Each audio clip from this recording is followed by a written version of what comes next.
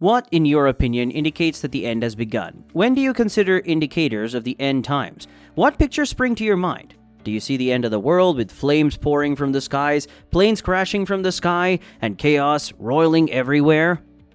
If you consider yourself a follower of Christ and an Orthodox Christian who steadfastly adheres to the biblical teachings regarding all issues relating to life and death, you are one of the untold number of Christians in every language and culture who hold the hope that one day Jesus will return to bring redeeming history and the existence of the world as we know it to a single utmost conclusion. In Christianity, the rapture is the eschatological belief that both living and dead believers will ascend into heaven to meet Jesus Christ in the second coming, also known as the parousia. The expectation that Jesus would return to redeem all members of the church gave rise to the belief in the rapture. The word rapture does not show up in the New Testament. Regardless of the widespread acceptance of the idea that Christ will return, there are significant variances in how people define the end times and how he will return. When we turn to the Bible for guidance on how we should see the end times, what we find is that from the very beginning, the Bible feeds our faith that there will be a moment when the Creator will complete his plan to restore everything that sin has harmed and ruined. You may see visions of death, devastation, and hopelessness that ensure when God and the devil, his archenemy, eventually meet to fight it out in a winner-takes-all bout if you have any understanding of the Bible and the end times. There will be more false messiahs, more wars and war rumors, more conflict, more famines, plagues, and natural disasters, and more people will claim to be Jesus. These are all symptoms of the end times. However, this text serves as a caution, telling us not to be fooled since these occurrences are only the start of the birth pains. The finish is still to come.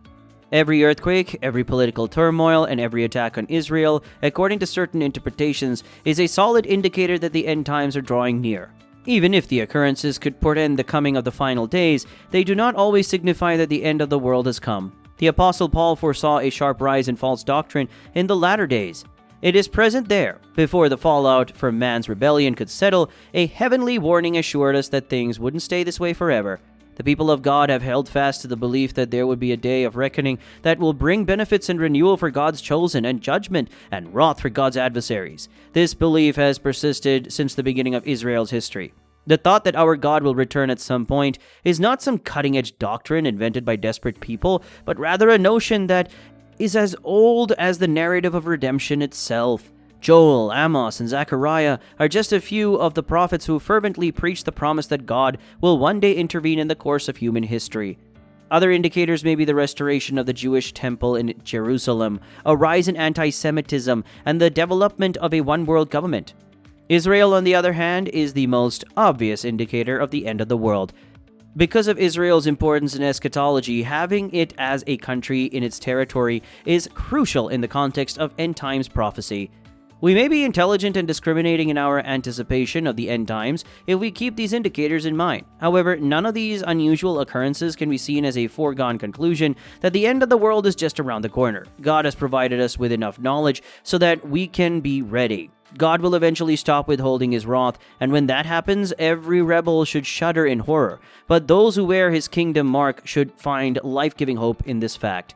You and I have the incredible chance to not only see, but also take part in the tale of redemption as it comes to a close and the last chapters are written. Our faith should be ignited and our perspective should be focused, like nothing else can, by the knowledge that we are actors on our Maker's stage, and the final curtain will shortly shut. May our solid faith inspire us to encourage people around us, and more as you see the day coming closer. So this is it for today, guys. If you liked the video, give it a big thumbs up and follow us for more such videos. See you soon in our next video.